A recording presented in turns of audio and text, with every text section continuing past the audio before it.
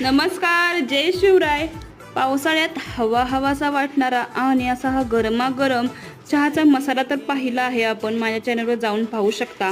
त्याच मसाल्यापासून आयुर्वेदिक चहा कसा करायचा चला तर पाहू. साहित्य: चहाचा मसाला, दूध, चहा पावडर, साखर आणि पाणी.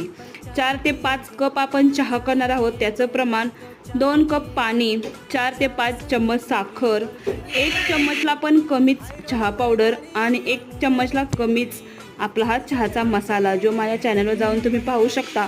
अगदी स्ट्रॉंग फ्लेवर आहे, त्यामुळे तुम्ही कमीच टाका.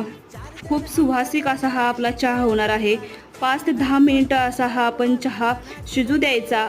2 कपचं 1 पाणी झालं पाहिजे, 1 कप पाणी झालं पाहिजे, अशा प्रकारे शिजवा, जेणेकरून चहा अगदी सुवासिक आणि टेस्टी होतो. आणि नंतरच दूध घाला. दूध घातल्यानंतरही अशी उकळी काढायची, जेणेकरून चहा खूपच सुवासिक होतो. आणि माझ्या चॅनलला सबस्क्राईब करा, जेणेकरून